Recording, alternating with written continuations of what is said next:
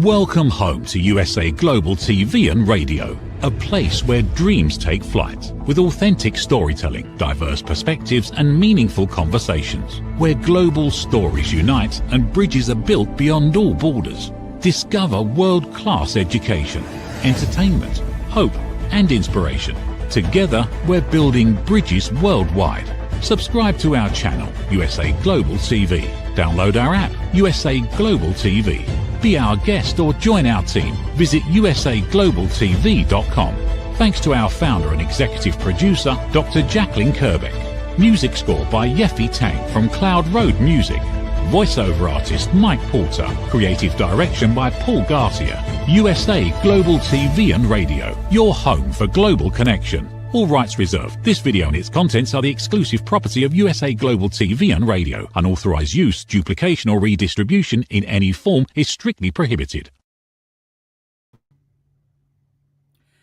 Your book's finished. Your name is on the cover and nobody's looking. That's the part nobody warns you about, and that's the part that has almost nothing to do with how good the work is. So today we're asking the question every author, every creator, and every person with something worth saying eventually has to face. How do you get seen? My guest today is Mickey Mikkelson, founder of Creative Edge Publicity and Publicist of the Year 2024 with USA Global TV. Mickey, welcome to Authentic Achievements. Hi, Kim. Thank you so much for having me. This is an honor, and I look forward to this. I'm so looking forward to it because we've all been in that spot, haven't we? We've created something, we've done what we thought was the hard work. We've kind of got it out of our head and we've got it down on paper or we've got it down on film, or whatever it is that we've created. And then what happens? So I know you know all about this. You share with us kind of like why that happens and what people can do about it. Well, it's all about vision and it's all about mindset, and it's all about having a plan in place about what a writer, a creative, anything within the creative industry can do going forward. Because one of the hardest part is actually getting the product built. Everything else after that is easy if you're willing to have a vision to do that. Okay. I mean, that sounds great. but how do people take those steps? Because I've written a couple of books that are published. And lots of my guests, lots of my audience have also written books or have done podcasts, got TV shows, whatever that is. And they've tried lots of ways of doing it, but they're not really sure how to get started to build the plan. So I know we need to have a plan and then work the plan. But how do they get started in creating that plan, knowing what things to consider? The reality is this, and I hope I answer your question. If I don't, I'll clarify for you. The reality is this. Creatives, and I'm not just talking authors, although that is what I do for the most part, but creatives need to be able to invest in themselves. They need to be able to take risks, and there's a time risk. In some cases, there's a monetary risk. And in a lot of cases, there's a mindset risk, because most people are unsure what to do and how to do it. So developing a plan is easy as long as you have a team behind you within that journey. Lots of writers hire me, contract me, traditionally indie, because they're not getting what they need in other areas. And a good way to identify that is to call people, talk to people. In terms of brand awareness, marketing, exposure, all of those things. The first step is taking the risk. After that, it gets easier. My opinion. Yeah. And I guess that is the thing, isn't it? It's like, knowing where to get started and knowing who to place your trust in. Because very often people aren't quite sure where to go. And there's lots of people that are on social media saying, come here and we can get your book wherever it needs to be, or we can get you so many subscribers, or whatever it is that is their promise. That it can be a little bit overwhelming for people to know, how do I identify who are the right team to have around me? What is the right investment in my brand, to be able to get my work, whatever that work is, as you say, to be seen and be heard and start those conversations. Well, it's mindset, and I'm glad you brought this up because I think it segues into different points. The mindset with most writers before they meet with me and have conversations and we agree to work together, the mindset is, I need to find ways to get this book into the world. I need to find ways to get this book into the right hands across all levels. And I push back on that. I'm like, that's not what most individuals should be doing. That's what most publicists and most creatives do is they focus on the product. I'm at the different point where you have to focus on the individual and the branding of that person, because not every writer is going to write in the same genre in a lot of cases. Not every writer is going to focus their energies only on one project. Not every writer is just a writer. Some of them are actors, some of them are musicians, some of them are painters, some of them are doing different things. And so I tend to focus on the branding of the individual and cater everything that we're doing around that. That gives us diversification, and it allows us to actively promote backlist as much as we're promoting new release lists. Because again, it doesn't matter because we're focusing on the trademark and the scope of that individual and not the product. I love that, because you're right. Lots of people create in more than one genre or have more than one lot of experience, don't they? I mean, even for myself, I've written children's books and I've written leadership books, and that doesn't always sound like that's a very Right. sensible suggestion. But I've been a leader for 35 years and I've been a mum for 10, so there is lived experience that allows Right. you And to do and in this. your case, Kim, because you brought it up, if I was your publicist and I focused only on your children's books, and that's what we're focusing our energies on promotion on, Yeah, how do the nonfiction entities out there in the world know who you are? yeah, It's harder to now segue back to that and try to repitch you for those nonfiction sites. Whereas if we focus on you, it's a lot easier. yeah. And that's what we do. That makes total sense, because I think often sorry, I I have a thought. I would love to know your thoughts on it. That from lots of the creatives that I talk to, is often they are concerned that if they make it about them, the work gets lost, and yet they've kind of got to put themselves out there, haven't they? They've got to lead with them, because that's what people buy into. Is to, why are you credible enough for me to want into your product, to me to invest my time, energy, money in purchasing it? Would that be correct? I'm going to answer that with some examples if I can. Every major outlet, branding piece, author, creative who are successful always make it about themselves. Stephen King didn't just focus on Cujo when Cujo came out. The Beatles are a brand themselves. Yeah. They had all of these songs. They had Sgt. Pepper. They had Revolver. They put out an album without the word Beatle on the album cover, but it had it on the spine, Revolver being that. And again, the Beatles are the brand. Every major outlet, every major known entity makes it about themselves. And that's how they're successful. So when a reader goes to look for a Stephen King book in the bookstore, the minute they see the Stephen King name on the front, they're buying it. It doesn't matter what it is, how well written, or what. It's Stephen King. That's the brand, and they're buying it. Just saying. Yeah, no, and thank you for the examples. That really brings it to life, because I think there is that. Certainly some of the conversations I've had, there is that kind of like nervousness about making it too much about the person. And you're right. There's got to be enough credibility as to why would you buy it. It's like, if you know about Stephen King, you know what work he does, as you say, you see, you see that on the book, you're going to buy it. I've got a few favorite authors, and it doesn't really matter whether or not when I've read the book it was one of their best. I'm still going to buy it because Exactly. author. So you're like, oh, that's going to be worthy of my time, even if you're a little bit disappointed afterwards. That It's funny, and I'm sorry to interject, but it's funny. I had a conversation with a client last night about this very thing. And they're like, I don't think I should book myself in this podcast because I want to give people other opportunities. I said, now is the time for you to think differently and be selfish, because we're trying to build your name out.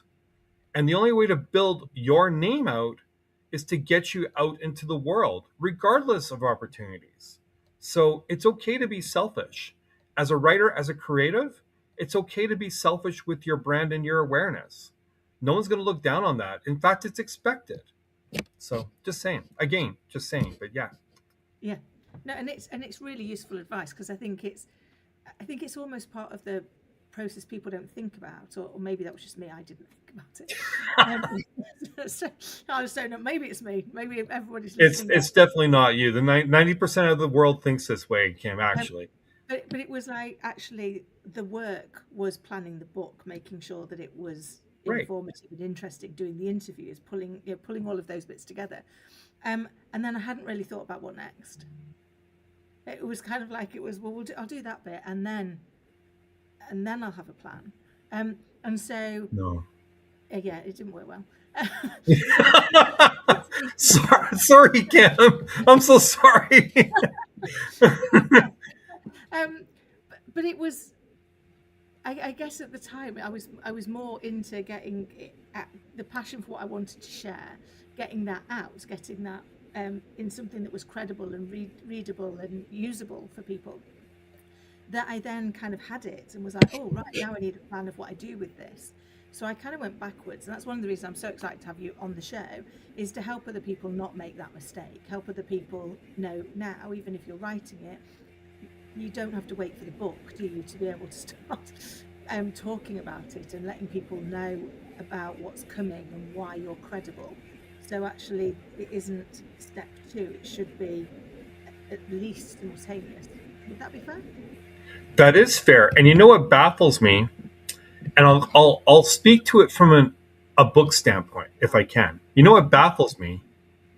Writers spend all this time, in some case years, writing this book. They're going through multiple edits. They're paying formatters. They're paying editors. They're paying, hopefully in some cases, in all cases, they're paying book cover designers. They're setting up websites. If they're in indie, they're setting up LLCs to get their book out. And then they hire a publicist like me, and they question what the reach is on the first show that they're able to do. And I'm like, why? Why does it matter? You've spent all this time and all this money and everything else trying to elevate and get this product out, and now you're questioning whether you should go on a show or not, when all you should be really doing is trying to build up your brand. And if the show only has 5 views, great. Share it out to your outlets, share it out to your friends, share it out to your things, so that you distinguish yourself away from everybody else who only got 5 views. It's mind-blowing to me. Yeah, it is funny, isn't it? The way that we question certain things and we don't question other things. And you've talked around the edges of kind of mindset. But I wonder if that's part of the challenge, that's part of the mindset piece, which is that fear of, I put myself out there and there was only 5 views. Because I've suddenly got into that space, and then we start over-validating on numbers, don't we? Instead of, to your point, spread it. That's just the first 5. If you then put it out to more places, other people will see it. And we never really know who's going to find it. People, when I bump into them at events, they'll tell me about something that I wrote 3 years ago. Yeah, it happens. I knew I'd done that. I had no idea. Or I had somebody take me out for lunch the other week because they said, "Oh, I owe you," and I was like, "What? I don't understand." And they're like, "You've helped me so many times." I haven't spoken to you. 3 years. I watched it so many times. But it was because they'd gone back to something that I'd missed. It's facing that fear, isn't it, of putting yourself out there and maybe nobody being interested, but you won't know that unless you put yourself out there and keep facing the fear. Would that be fair? Absolutely. And you need to continue putting yourself out there every single time. There's no harm in going back on a show a second or third or fourth or fifth or sixth time to reemphasize the message and maybe bring some new criteria at the same time, because it takes more than one interview for people to actually connect overall for that. A spot on Good Morning America is an example of that. Just because you're on major daytime running TV, it doesn't mean that just because they have a wide reach, your message is actually going to be heard the first time. It actually doesn't get connected until the third, fourth, fifth time on one outlet. And so that's one point. The other point is search engine optimization is a thing. And the more times you do stuff, the more times it shows up in your Google search, and the more busy you are, well, the more affluent and more targeted you're going to look to other marketers when they're looking for guests. So, yeah. Makes total sense. And it is that continuous facing that fear and getting your message out. And also it has to be, to your point, third or fourth time before it resonates. And I often think as well, the person it resonates with has to be in the right point to receive it. So they can have watched the same thing 100 times. I read some of my favorite books over and over again, and every time I find something I didn't know before. And yet I think I'm a very diligent reader. I read it cover to cover. But something lands differently every time I reread an old favorite. Particularly in the non-fiction world. I'm like, why did I miss that last time? Why didn't I know that before? So it is in that continuous being out there, being seen, sharing that story, isn't it? Sharing the message. And I guess having a publicist, it's about helping you make that story compelling. Would that be fair? In some cases, for me, and I mean, maybe that's with I can't speak to other publicists, obviously, Kim, because I don't know where their heads are at and their mindsets. For me, it's all about connection, and it's all about building a community. I mean, we have a relationship with your firm, your USA Global TV. We have a relationship with you. We built that through time, and we built that through networking. We're at the point where, at least in your station and your show, your network's case, we're not having to pitch because they've seen our guests multiple times to know what we bring to the table. That's the strength of networking, and that's the strength of community. And that's what we are trying to build. Now, do I still have to pitch for some outlets? Absolutely. I pitch all the time. But once I've pitched once or twice, our roster is so strong and our networking capability is so strong that it's a lot easier to either do the pitch, or we're at the point where we can just simply send clients and the interview's booked. That's the strength that we're doing. Amazing. And that is the thing that we're all craving more of, isn't it? Connection, connectivity, community. As we move into this ever advancing, digitally advanced world that we're living in, actually the thing that we seem to have lost is that connection, that community, that real connection. And I think that's why we are striving more towards it.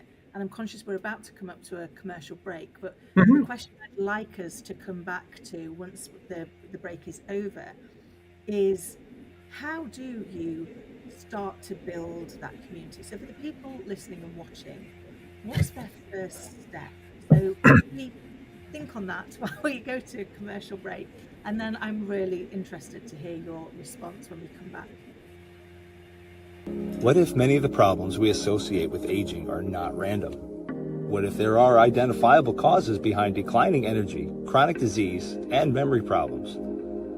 We have been told that aging is simply something we must accept, that slowing down is normal, that growing older means growing weaker. But what if that's only part of the story? Why do some people remain active and engaged well into their later years? Why do others struggle with disease, fatigue, and declining health? What is happening beneath the surface? What processes drive aging? In Aging Sucks, researcher, educator, and author Red O'Loughlin explores what researchers have discovered about why we grow older. No medical degree required, no confusing jargon, just clear explanations of what researchers have discovered about the processes that influence aging. You cannot stop aging, but understanding its causes may help you make better decisions about your health, your future, and your quality of life. Because understanding comes before action. Action creates hope. Aging sucks. End the guesswork. There is hope. Welcome back. And before we went to our commercial break, we were chatting with Mickey Mikkelson about how you get visibility. How do we turn great stories into lasting visibility? So Mickey, please come back and join us. And we ended, didn't we, just talking about the importance of community and connection. And the question I've asked you to ponder on was, what is people's first step when they're thinking about how do they start creating a connection? For those listening and watching, what would you recommend they need to start thinking about? The only thing I can say to this is explain how we built our community and our mindset. I came from the corporate world. I actually worked in the credit union system for about 12 years in Alberta, Canada.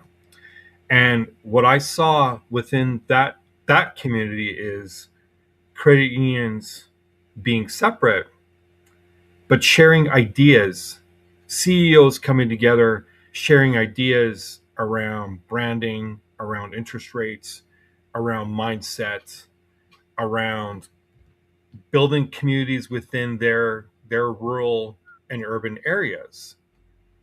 And when I started my company, I wanted to do the same thing with our client base and our media affiliates and everything like that.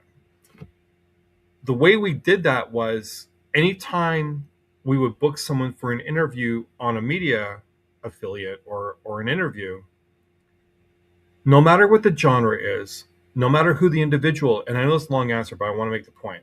No matter who the individual is, no matter what they write in, no matter what their skill set is, that interview should have certain parameters in terms of quality, personability, and just overall interest. And we've done that. Anytime one of Creative Edge's authors go on a show, you could be assured that they're going to put on the best branding level possible, and they're going to share it out in most cases. We've worked really hard around all of those things. And that's one aspect of building a community.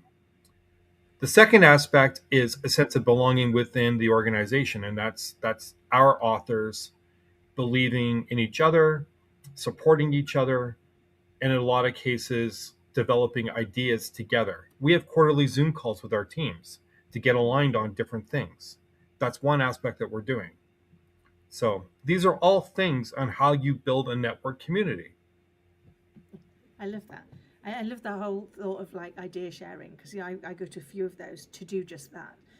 Because I think when you have got a creative brain, actually you get stimulated by other creative thinkers. You go, oh, and you kind of pick up and run with it and end up somewhere you never would have ended up if you'd have just done it on your own.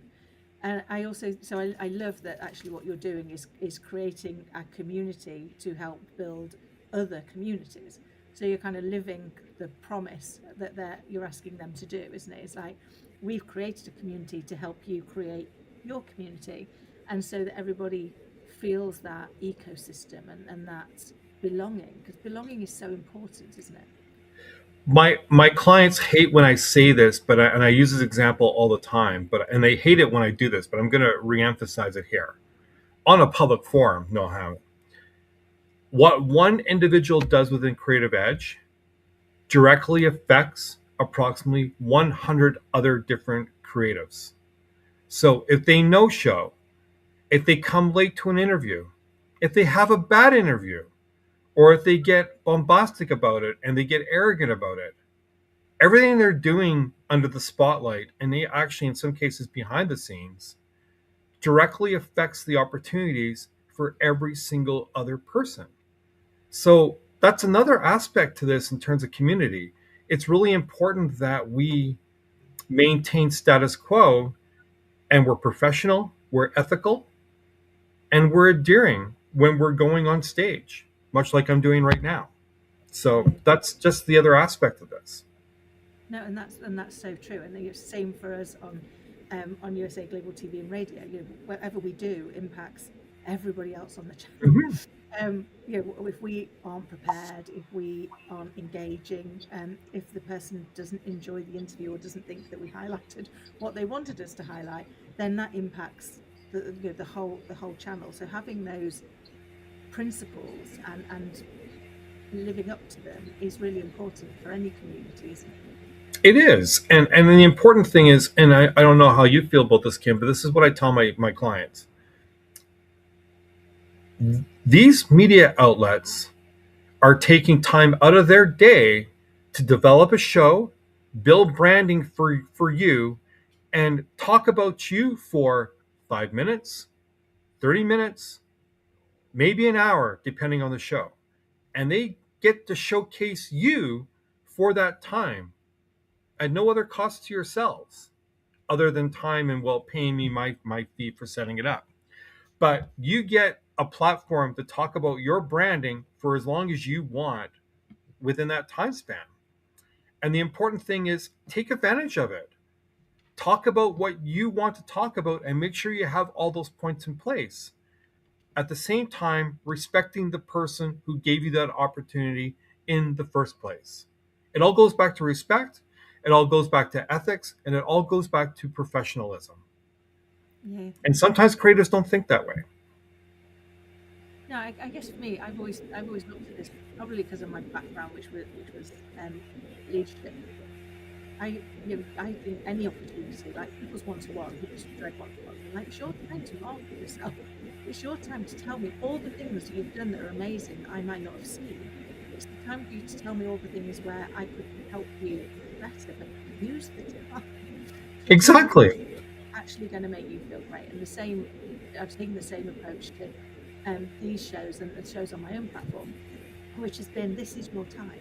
So let me help you try and get as much of your message out as I possibly can, and have an engaging conversation that's going to bring people into your orbit, that are the right people to bring into your orbit. Because that's the purpose, isn't it? My job is to help you get your message out. That's my job. Exactly. And your job is to share your story and your message, whatever it is that you want to get out there, for people to be able to start to say, is that my community? Is that the place where I belong? Is that somewhere where I want to explore more? And I think just being able to kind of put yourself out there and Creative Edge Publicity, you're allowing people to know that you exist and to get a better feel for whether that's a good fit for them. Because we need to feel the fit, don't we? On both sides. Absolutely. And if it's a bad fit for my authors, I would hope, and I know this happens, but I just like to say it to make me feel better. I would hope they would tell me that it was a bad experience. Because if it's a negative experience for one person, it could be a negative experience for 10 people. And maybe I don't want to use that affiliate to market my clients. Yeah. Same thing. On the other token, if it's a wonderful, incredible experience, why wouldn't I want to go back there? Of course I would. It's so true, isn't it? Because I think it was the rule of 49, where if you have a bad experience, you tell 7 people who tell 7 people who tell 7 people. And if you have a good experience, if you're lucky, you tell 1 person. Right, exactly. It should be even. It should be even, Kim. It should, but we've created an environment socially where we look for the things that are going wrong. We love something that's gone bad. We love something that wasn't as great as it could have been. And yet, actually, and I try really hard with my little girls, like, if we look for the good, we'll find more good. Like, so if we're grateful for the things that went well, if we share it, then we're going to have more things that went well. We're going to have more good conversations. We're going to have more great experiences. We're going to have more stories to share if we go in looking for those positives. But knowing that the reality is, if we get it wrong, it's going to go to more people. For me, keeps me on my toes to make sure that I do my best to not make it a bad experience, and to make sure that the guest feels listened to, heard, and respected. Because I think at our base, that's what everybody's looking for, isn't it? You know what I think it is, Kim? I think that's why we always date the wrong people in high school, because we always want the bad person instead of what's actually good for us. And and we don't get to see the good until we're mature enough to realize it. It's the same thing with this. It's so true. And I think there's also a camp of believing if you're extra good, you can find the good in everybody. You know, I Yes. fall through that camp. Yes. I think there is, in everybody there is light and dark. You just have to look a little bit harder sometimes to find either that is really dark and you don't need to go there, or the light's in there. I love that. I love that. That's awesome. But I think it's how we pull all of those bits together, isn't it? And how we continually learn from the experiences that we have. Because I believe everybody that we meet for a reason. And Absolutely. Some of them are to teach us something. Some of them are to help us grow in a different way, and some of them are here for the duration. But we sometimes try and make everybody fit one of those camps. They're not always there for that. I try to explain this to my little girl with their whole, some friends are leaves and they're there for a season, some are the branches and they're there for a reason, and some are the trunk and they're the roots and they're there for life, because not everybody's everything. And I think that's true when we're building community, isn't it? Certain people will fit the community for a while but won't be there forever, and others, they'll have found their roots. It will be the thing that inspires them forever. Would that be fair? It is fair, and everything is a journey. Okay. Even the client-publicist relationship is a journey. In some cases, if they only want a certain platform, that journey is going to be 3 months. I personally like to have the journey longer, and the journey doesn't end until media tells us that the trip on this product, this whatever, it's sailed. So it's all a journey, always. I love that. I believe that to be true of life. We get hung up on the destination and forget to enjoy the journey. And Absolutely, 100%. Yeah, it's like if we're truly present to the journey, we enjoy every day instead of mythically putting it off to when this happens. When I get there, then I will have arrived and it will all be good. It's actually, it's what we learn along the way, isn't it? It's who we meet along the way that enriches the journey and sometimes changes the destination. In the media world, in my opinion, for creatives, the journey never ends. You simply do go on different destinations and you pivot along the way as to how you're traveling. That's my opinion. Yeah, no, I can absolutely see that from the creatives that I have the pleasure of interviewing on this show and on other shows. It's that constant, almost reiteration of every part of the journey teaches them something else, or sparks a different idea, or generates a different thought. That then, if they've got the right community around them, they can run with that. They can see how they can bring their experience and their creativity to bear to maybe make that more accessible to other people. So, yeah. No, I was just going to say, and honestly, the creatives that choose to walk through their journey rather than travel by airplane, actually are very much more selective and successful. I love that. That is a great analogy, because we do live in a world, don't we, where we want it yesterday. Yeah, So, it's not a marathon, it's definitely a sprint. yeah, Yeah. and we need to do this correctly. So, can I ask you, Mickey, who is it that you would like to get in touch with you? How can they get in touch with you? And who do you help? I always want to work with creatives, and it doesn't matter if they're traditionally published or they're indie published or they're a musician or they're an actor or they're a business level or whatever. I want to work with people who are willing to start from the ground up and have a vision of what they want to do. If I'm meeting with someone for the first time and the first thing they say is, "You're going to get me on the New York Times," I don't want to work with individuals like that. I want to work with individuals who are invested in relationships, who understand that it's going to take work, time, investment, and proactiveness. That's who I want to work with. They can contact me through my website. They can email me at mickey.creativeedge@gmail.com. That's what we're looking for. And we're looking for any author, really, as long as they have those parameters and they're willing to invest in themselves and they're willing into investing into a long-term relationship, because that's what we are all about.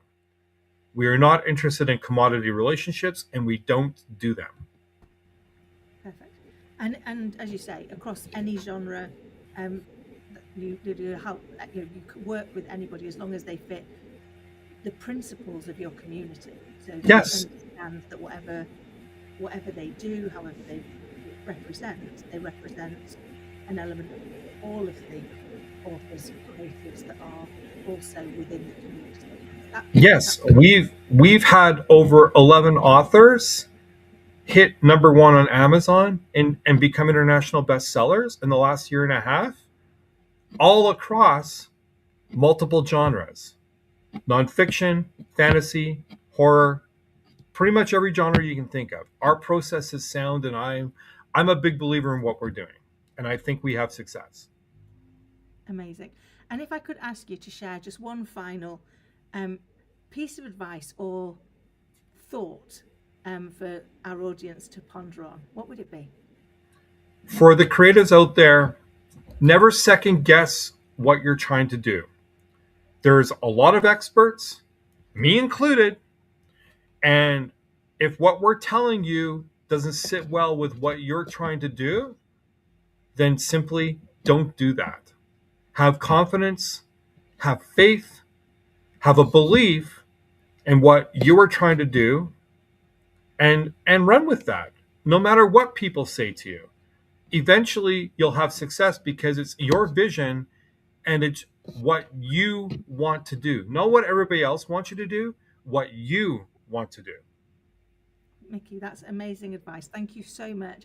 And thank you for coming on and sharing your insight and your experience and your invaluable advice for all the creatives out there that are watching. So thank you so much. Oh, Kim, it was a pleasure meeting with you, and thank you for this opportunity. And I adore this network, and a wonderful experience. Thank you so much. Bless you. I look forward to next time. And to everybody listening and watching, I hope you've also found it as interesting and inspiring as I have. And actually, it's pushing me to do something that I don't normally do. I've talked about the fact that I've written 2 books, but I very rarely share why I've written 2 books. And the first one was very personal for me. It was for my little girl, and it was about how you help children, she was 9 at the time, start to understand and deal with grief. It's a picture book, and I've had amazing feedback on it. And the second is more around kind of what I do for a living, which is leadership, which is making sure that in this world, as we continue to grow and evolve, actually judgment is becoming the most important skill we can gain, that we can garner, which is how do we take all the information that's coming at us and have the right judgment to make the right call. So if any of those books sound like something that you'd be interested in, I'd be delighted to hear your feedback on them. And until that's the end of the show. So thank you so much for giving us your time and giving us your listening for the last 40 minutes. And I look forward to next time. How much of your value have you been giving away? Saying yes when the answer should have been no? Lowering your price to secure the opportunity? Giving more while receiving less? Over time, it adds up. Until one moment brings clarity, you've been giving away your value. This is not about working harder. This is not about doing more. It's about boundaries. It's about pricing. It's about respect. From Dr. Jacqueline Kerbeck comes a direct and necessary message. Stop over-delivering. Stop underpricing your expertise. Stop negotiating against yourself.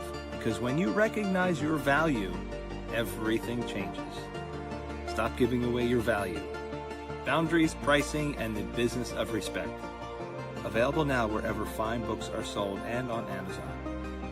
A film by USA Global TV and Radio. Executive producer Dr. Jacqueline Kerbeck.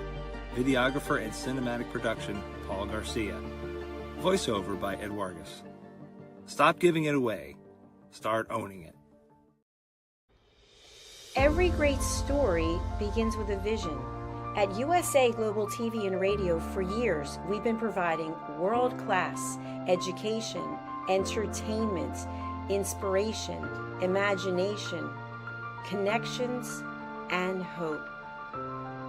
Most people don't stay to watch the outro or the credits, but it's the people behind every success, behind every breakthrough, and behind every unforgettable story who matter.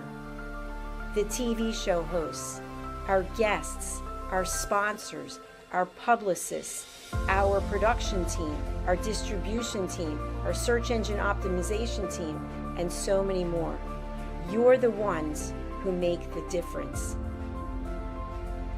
Every great story belongs to the people who bring it to life. Our future looks bright at USA Global TV and Radio, and that's because of you, our loyal fan base all around the world in more than 60 countries. Together, we're making a difference because you matter. USA Global TV and Radio, live streaming to over 60 countries. Voiceover, Dr. Jacqueline Kerbeck. Video production and direction, Paul Garcia. Subscribe to our channel, USA Global TV and Radio on YouTube. Thank you, viewers and listeners of USA Global TV and Radio, for joining us today. We're honoured to have your time and attention as part of our global community. At USA Global TV and Radio, we believe in the power of authentic conversations, meaningful connections, and creating a world of possibilities together. Want to be part of something bigger? Join our team of elevated listeners at usaglobaltv.com, a space where your voice matters and your ability to listen transforms relationships. Stay connected with us across all our platforms for thought-provoking discussions, expert insights, and empowering stories. Subscribe to our channels at youtube.com/c/USA Global TV. Follow us on social media and explore the endless opportunities we're creating for growth, learning, and inspiration. Together, we're not just broadcasting, we're building bridges and changing lives one conversation at a time. For inquiries, contact us at info@usaglobaltv.com. Produced by Executive Producer and Director Dr. Jacqueline Kerbeck. Voiceover by Mike Porter. Creative direction by Paul Garcia. All rights reserved. Visit usaglobaltv.com to view our full terms and conditions.